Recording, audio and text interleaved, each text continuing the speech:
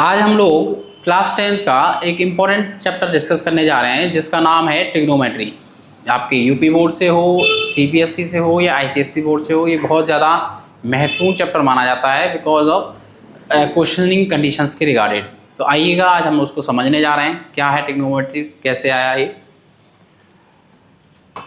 Normally chapter का नाम हम लोग लिखते हैं introduction of trigonometry.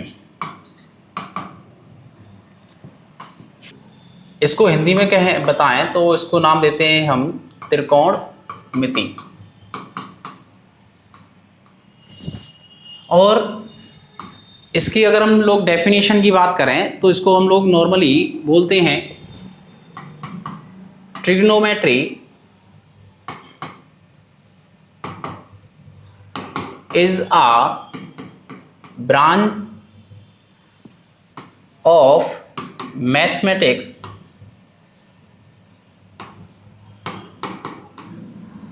which deals with sides and angles of the triangle।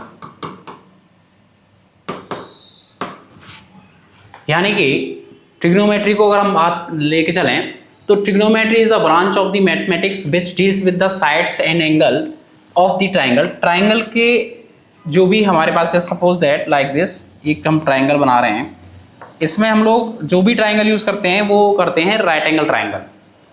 अब इसमें हमारे पास में जो चीज़ें निकालनी होती हैं वो इसकी साइड्स बताना या उसके एंगल्स कितने डिग्री का है, कैसे है, उसको बताने के लिए हम इस ट्रिग्नोमेट्री को पढ़ रहे होते हैं। तो आइएगा हम वन बाई वन चीज़ों को समझते हैं, आगे लेके चल रहे हैं। आइएगा इसमें जो हमें मेन इंपॉर्टेंट चीज़ें पढ़नी है वो क्या क्या है। मेनली तो आपको समझना है ट्रिग्नोमेट्रिक रेशियो। उसके बाद में हम लोगों को समझना है रिलेशनशिप बिटवीन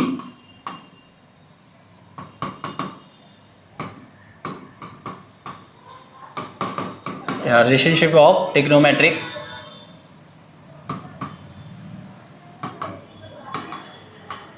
रेशियोज। और इसके बाद में हमें पढ़ना है आइडेंटिटीज या ट्रिग्नोमेट्रिक आइडेंटिटीज।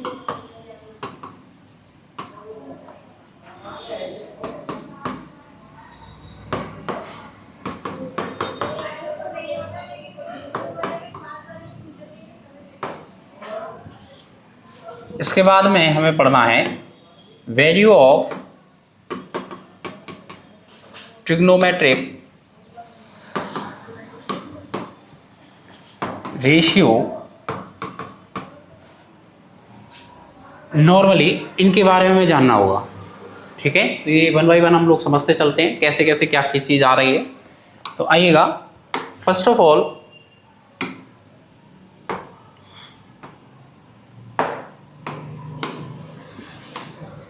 हम एक राइट एंगल ट्राइंगल यूज करते हैं। हम लोग सभी जानते हैं राइट एंगल के अंदर राइट एंगल की जस्ट अपोजिट साइड को हम लोग नाम देते हैं हाइपोटेनियस का। और इनके बाद में ये दो एंगल हमारे पास बचते हैं। अब इसी के बेस पर हम लोग मान के चलते हैं 90 डिग्री एंगल जो होता है वो 90 डिग्री होता है और बाकी का बचा हुआ है आप कह सकते हैं कि 90। अगर मैं इसको थीटा मान लेता हूँ तो ये 90 डिग्री माइनस थीटा हो जाएगा। तो इसके रिगार्डेड चीज़ें चलेंगी हमारी, हम लोग इनके बेस पर चलेंगे। अब अभी आप देखेंगे जो भी हम लोग थीटा एंगल मानते हैं उसके जस्ट अपोजिट साइड को हम परपेंडिकुलर काउंट करते हैं।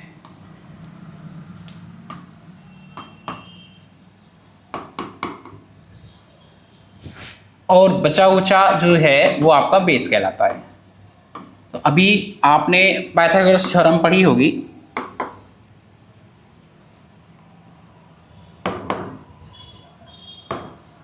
जिसमें हाइपोटेनियस स्क्वायर बराबर दिखाया जाता है perpendicular square is equal to base square. अब यही चीज़ें हमारी इसके बेस पर चलेंगी। जब हमें ट्रिग्नोमेट्रिक रेशियोज दिखाने होंगे तो उस रेशियोज को बताने के लिए हमें नॉर्मली चीज़ें कैसे लेके चलनी है। एक हिंट के रूप में अगर हम आपको बताएं तो एक कंसेप्ट है PVP अपॉन HHB। नॉर्मली अगर जनरल लैंग्वेज में याद करने के लिए अगर इसको हम याद रख बोलें तो इसको कह सकते हैं आप पाकिस्तान भूखा प्यासा एंड डिवाइड बाय जो दिया गया है वो हिंदुस्तान हरा भरा, या फिर पंडित बद्री प्रसाद और यहाँ हर हर भोले। इस तरीके से हमने कई चीज़ें बना रखी हैं जिसके बेस पर इसको आसानी से याद रखा जा सके। तो आपको उसी चीज़ को लेके चलना है। तो इसमें हमें फर्स्ट ऑफ ऑल क्या याद रखना है कि जैसे आपको ये P अपॉन H का कंसेप्ट दिया गया है तो ये काउंट होगा आपका साइन थीटा के लिए, और अगर इसको रेसिप्रोकल करके हम दिखा देंगे तो ये वैल्यूज आपकी जो आएंगी वो हो जाएंगी कॉस सेक थीटा के लिए। यहां पर ये जो B अपॉन H है उसको काउंट करते हैं हम कॉस थीटा के लिए, और H अपॉन V अगर हम काउंट करें तो इसको हम लोग करते हैं सेक थीटा के लिए। यहाँ पर P अपॉन V को हम लोग काउंट करते हैं टेन थीटा के लिए, और B अपॉन P को काउंट करेंगे हम कॉट थीटा के लिए। तो इसमें हम लोग जो रेशियोज दिखाएंगे तो वो साइन थीटा का जो रिलेशन दिखाएंगे, साइन थीटा यानी कि आपका P अपॉन H क्या काउंट होता है P अपॉन H, और इसके रिगार्डेड हम लोग जब थीटा हमारे यहाँ इधर है तो परपेंडिकुलर इसको काउंट करेंगे। इसको नाम अगर हम दें तो ABC नाम दे सकते हैं, जिस पर राइट एंगल जो बना हुआ है वो B पर है। इसमें हमारे पास परपेंडिकुलर जो होगा वो क्या होगा AB, और जो हाइपोटेनियस है वो क्या कहलाएगी AC। तो इसका रिलेशन जो बनेगा साइन थीटा का वो AB अपॉन AC का होगा। ऐसे ही इसका अपोजिट कॉसेक थीटा है जिसको हम H अपॉन P कहेंगे और कहेंगे AC अपॉन AB। अगर हम दूसरे ग्रुप में जाएं तो कॉस थीटा को जब हम लोग लिखेंगे तो कॉस थीटा हमारा होगा B अपॉन H, और B हमारे पास में बेस क्या है BC, और अभी हम लोगों ने H निकाला था AC। तो इस तरीके से ये हो जाएगा, और कॉस का उल्टा होगा आपका सेक, यानी कि रेसिप्रोकल कर दें इसको तो H अपॉन B और वैल्यू हो जाएंगी AC अपॉन BC। इसके अलावा जो तीसरा कंसेप्ट है हमारा, जो तीसरा ग्रुप हमारे पास यूज होगा वो होगा टेन वाला।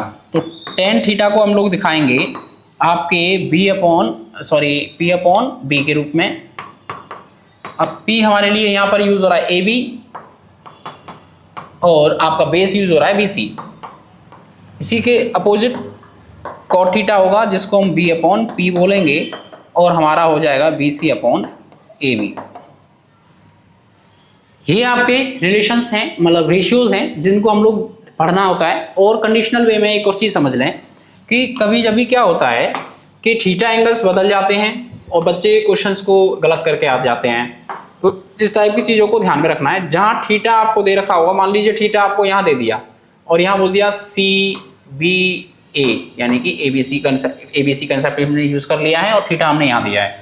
तो इस थीटा के रिगार्डेड इसको हम लोग क्या मानेंगे परपेंडिकुलर, और इसके जस्ट अपोजिट साइड को क्या मानेंगे हाइपोटेनियस, एंड बची हुई साइड जो होगी वो क्या होगी आपकी बेस होगी। अब कभी जब भी क्या होता है आपसे बोल दिया जाता है कि बताइए साइन C की वैल्यू बताइए क्या होगी।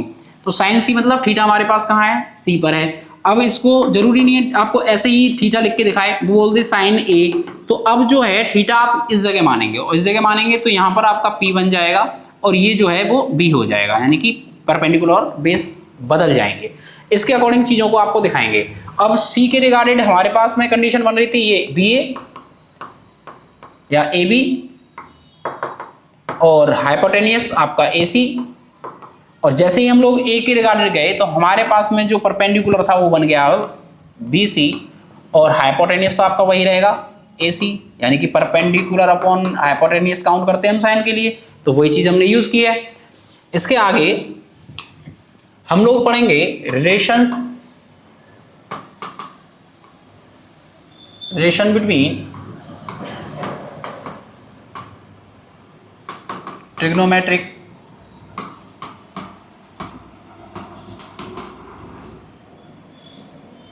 रेशियोज।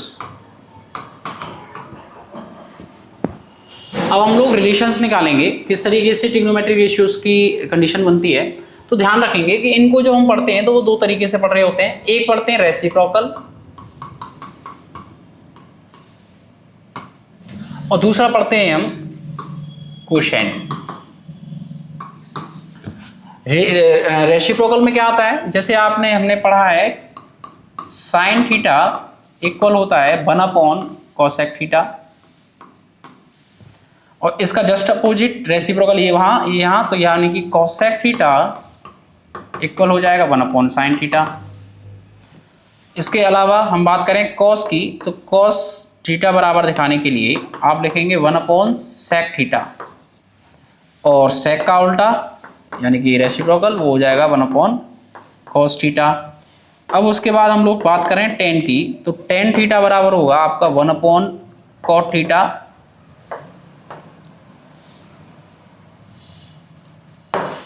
और कॉट का आपका रेसिप्रोकल की वैल्यू क्या होगी 1 टेन थीटा। अब इसमें क्वेश्चन पे क्या आएगा, क्वेश्चन में होगा जैसे हम टेन को हम दूसरे रूप में भी लिख सकते हैं, वो लिख सकते हैं साइन थीटा अपॉन में कॉस थीटा, और कॉट को लिख सकते हैं हम कॉस थीटा अपॉन का साइन थीटा। तो ये आपका रिलेशंस बिटवीन ट्रिग्नोमेट्रिक रेशियोज हैं, जिसमें आप रेसिप्रोकल वे पढ़ेंगे और आपके क्वोशेंट कंडीशंस भी हम लोग देखेंगे। इसके बाद में जो हम लोग पढ़ेंगे वो हम लोग आइडेंटिटीज पर जानकारी लेंगे, यानी कि ट्रिग्नोमेट्रिक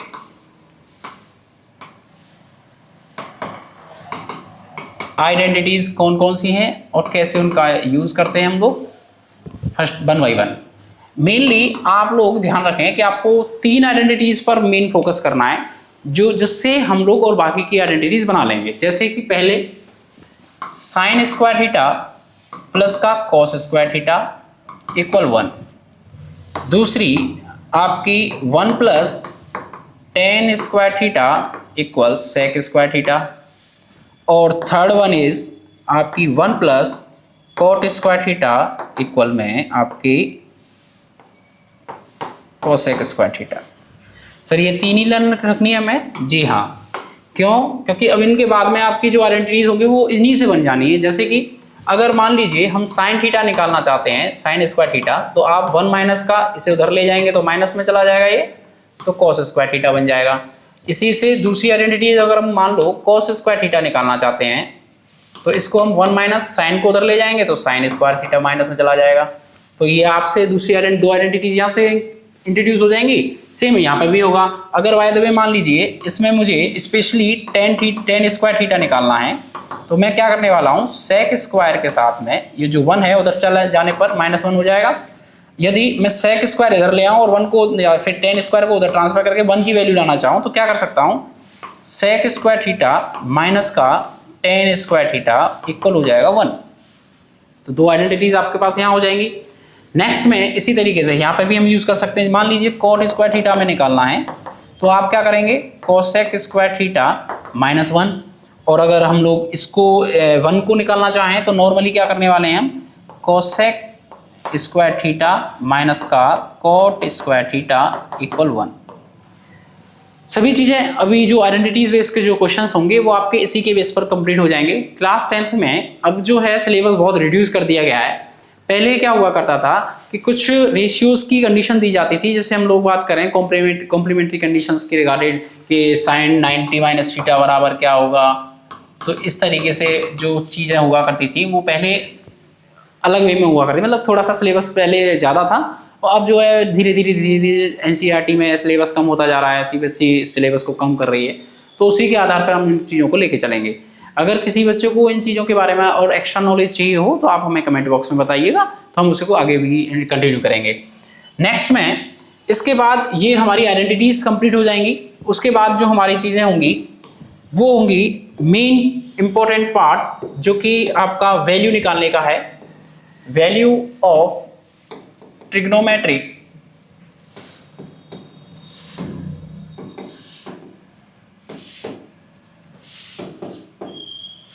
रेशियोज।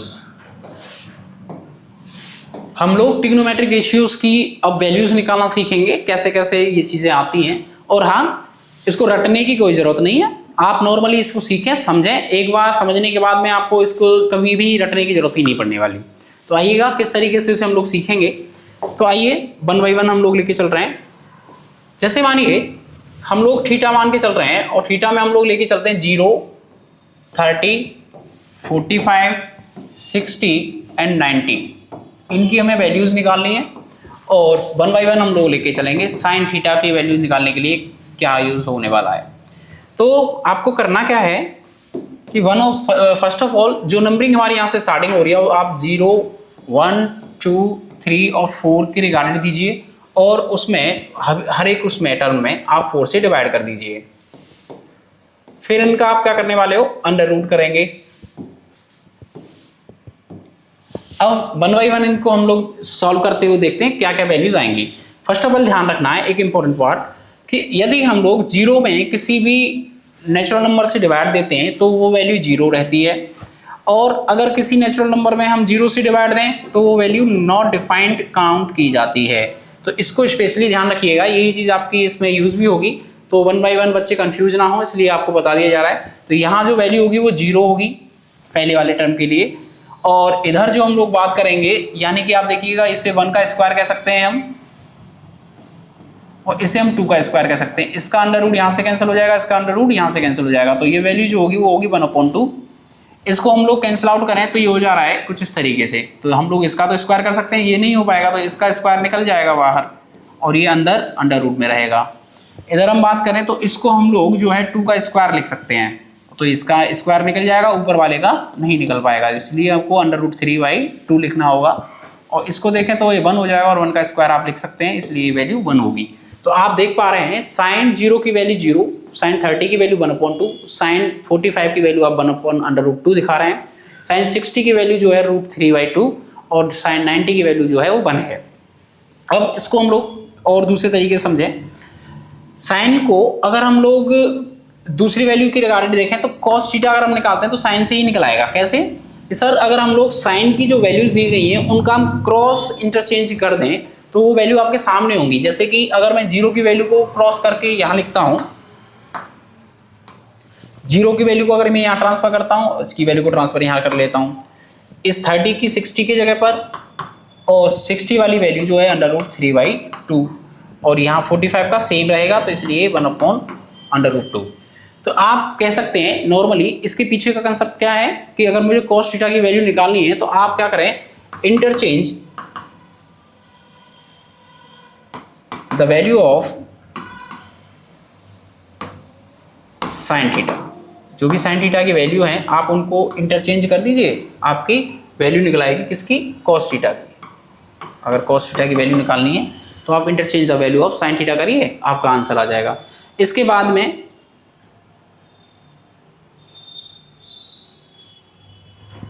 हम बात करते हैं टेन थीटा की।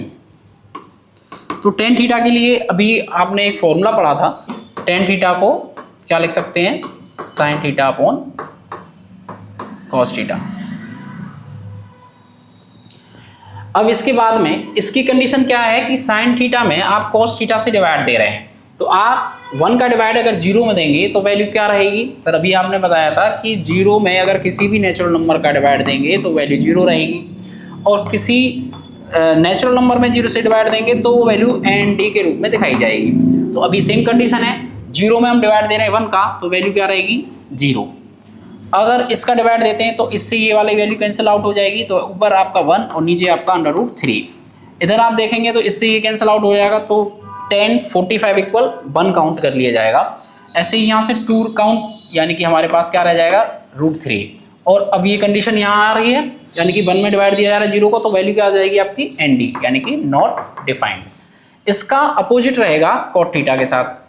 कॉट थीटा मतलब इंटरचेंज द वैल्यू ऑफ, आप टेन थीटा कर दीजिए, आपका आंसर आ जाएगा। तो हम लोग अगर कॉट थीटा निकालना चाहें तो आप लिख सकते हैं इंटरचेंज द वैल्यू ऑफ आपकी टेन थीटा, या फिर एक तरीका और भी है, जैसे कि आपने अभी पहले पढ़ा भी है ट्रिग्नोमेट्रिक रेशियोज में, कि कॉट थीटा को हम क्या लिख सकते हैं, कॉस थीटा अपॉन का साइन थीटा। तो ऐसा करना चाहें ऐसा भी कर सकते हैं, जो आपको इजी लगे उस तरीके को अपनाइएगा। तो क्रॉस इंटरचेंज करें तो पहले आपकी कॉट 0 की वैल्यू ND, cos 90 आपका हो जाएगा 0, और कॉट आपका 60 की जो वैल्यू होगी वो होगी 1/√3, और 30 की वैल्यू √3 हो जाएगी, 45 की वैल्यू सेम रहेगी। तो अभी हम लोगों ने साइन थीटा निकालना सीखा, कॉस थीटा निकालना सीखा, टेन थीटा निकालना सीखा, कॉट थीटा निकालना सीखा। इसके बाद में आपके दो और रह जाते हैं जिनको हम लोग देखेंगे। आपका अगर हमें सेक थीटा निकालना है तो वो कैसे आएगा? नॉर्मली सेक थीटा को हम क्या लिखते थे अभी रेशियोज में सर, 1/cos थीटा। तो जो cos थीटा की वैल्यू है अगर हम उसका रेसिप्रोकल कर रहे हैं इन वाली वैल्यूज का, तो आप नॉर्मली क्या कर लेंगे, सेक थीटा की वैल्यू निकाल लेंगे। तो इसमें इसका रेसिप्रोकल करा जाए 1 का, तो 1 का 1 ही रहेगा। इसका रेसिप्रोकल करेंगे तो 2/√3 हो जाएगा। इसका रेसिप्रोकल किया जाएगा तो √2 आएगा, और इसका रेसिप्रोकल करेंगे तो आपका 2 देखेगा। और यहाँ पर अगर आप रेसिप्रोकल कर रहे हैं 1 मान के, तो ये वैल्यू ऊपर होगी। इसका मतलब यहाँ पर जो वैल्यू होगी आपकी नॉट डिफाइंड काउंट की जाएगी। ओके, आप देख पा रहे हैं इसमें। नेक्स्ट कंडीशन है आपकी कोसेक थीटा के लिए। तो कोसेक थीटा को अगर आप दिखाना चाहते हो तो कोसेक थीटा आप जानते ही हैं रेशियोज में क्या रखा जाता था, 1/sin थीटा। डायरेक्ट कंडीशन है, या तो आप क्रॉस इंटरचेंज भी कर सकते हैं या फिर आप नॉर्मली साइन थीटा की वैल्यू का रेसिप्रोकल करें। तो यहाँ पर रेसिप्रोकल करेंगे तो 1 मान के, तो इसका कंडीशन क्या होगा, ND वाला जो कि आपका क्रॉस इंटरचेंज में आ रहा है। इधर आप 1/2 का ये 2 आ जाएगा, इंटरचेंज होके आ गया। ये √2 है, यहाँ आप देख पा रहे हैं, इसका ऊपर करेंगे तो ये वैल्यू √2 आएगी। इसको अगर हम रेसिप्रोकल करते हैं तो ये वैल्यूज जो हमारी साइन थीटा की थी वो ऊपर जाके 2/√3 होगी, जो कि ये इंटरचेंज होके आ रही है। 1 का रेसिप्रोकल करेंगे 1/1, तो इस वैल्यू 1 हो जाएगी, जो कि इंटरचेंज करके वहाँ चली जाएगी। तो आप इनको एक नॉर्मल शॉर्ट ट्रिक्स के माध्यम से समझ सकते हैं। तो यहाँ पर एक भाषा ये भी लिख सकते हैं कि इंटरचेंज द वैल्यू ऑफ, यहाँ कॉस की आप साइन सेक की निकालना है तो आप नॉर्मली किसका इंटरचेंज कर सकते हैं, कोसेक का। और इस वाले में जो है इंटरचेंज द वैल्यू